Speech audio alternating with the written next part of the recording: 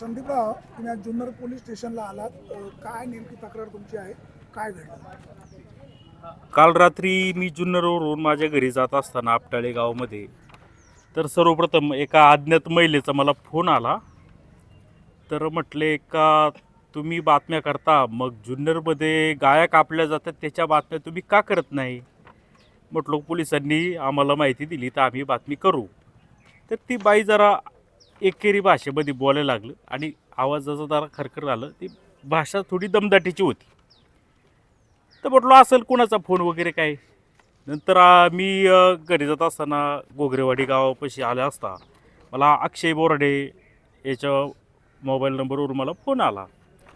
तर फोनवर आल्या आल्या काय रे, लय माज आलाय का, आणि तू पत्रकार आहे ना, कर रेकॉर्डिंग. म्हटलं थांब जरा, म्हणलो मी रेकॉर्डिंग करतो, तू म्हणतोय तर रेकॉर्डिंग तुम्ही म्हणताय तर कर.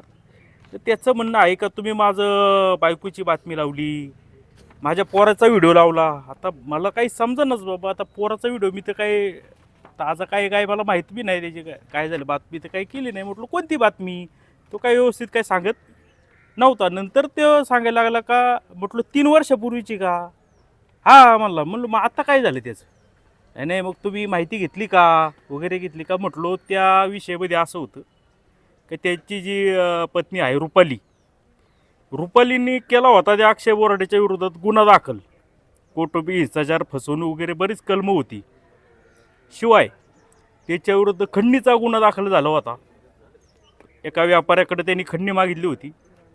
त्याच्यानंतर याचं लग्न झालं असताना सुद्धा एका बलात्काराचा गुन्हा यांनी केला होता. त्याचे बी विविध गुन्हे इथं दाखल झाले होते. तर पत्रकार आहे म्हणून पोलिसांनी आम्हाला सांगितलं का बातमी करा, प्रेस नोट दिली. आता पोलीस काय प्रेस नोट देणार, ते आपण बातमी करायची असते. तर आम्ही त्या पद्धतीने बातमी केली. त्याची जी पत्नी आहे रुपाली, ती जी तळेरान गावी राहते, म्हणजे आता राहते का नाही मला माहीत नाही, तिचं माहेर आहे. तिने आमच्याशी पत्रकारांशी कॉन्टॅक्ट केला व माझ्यावर काय काय अन्याय झाला आहे, माझी आबी ती मला सांगायची, तुम्ही या. त्यासाठी तिने स्वतःहून बोलावलं. तर आम्हाला तिचं घरं माहीत नाही, काहीच नाही. गेलो आम्ही तिथं. तर तिचे वडील आले आम्हाला न्यायला, आणि तिथं मी काय त्या बाईचा काय व्हिडिओ काढला नाही. मी आपला बाहेर होतो.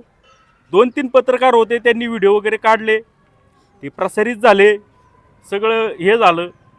मग आता 3 वर्षापूर्वी जे घटना घडलेली आहे त्याचा मनामध्ये यांनी राग धरला आणि मला म्हणतो का तू माझं आयुष्य उद्ध्वस्त केलं वगैरे काय. तर माझे काही चूक नाही, पोलिसांनी जी बातमी दिली ती केलेली आहे, आणि आम्हाला कशाला तुमच्या घरगुती विषयामध्ये पाडायचं आहे ना.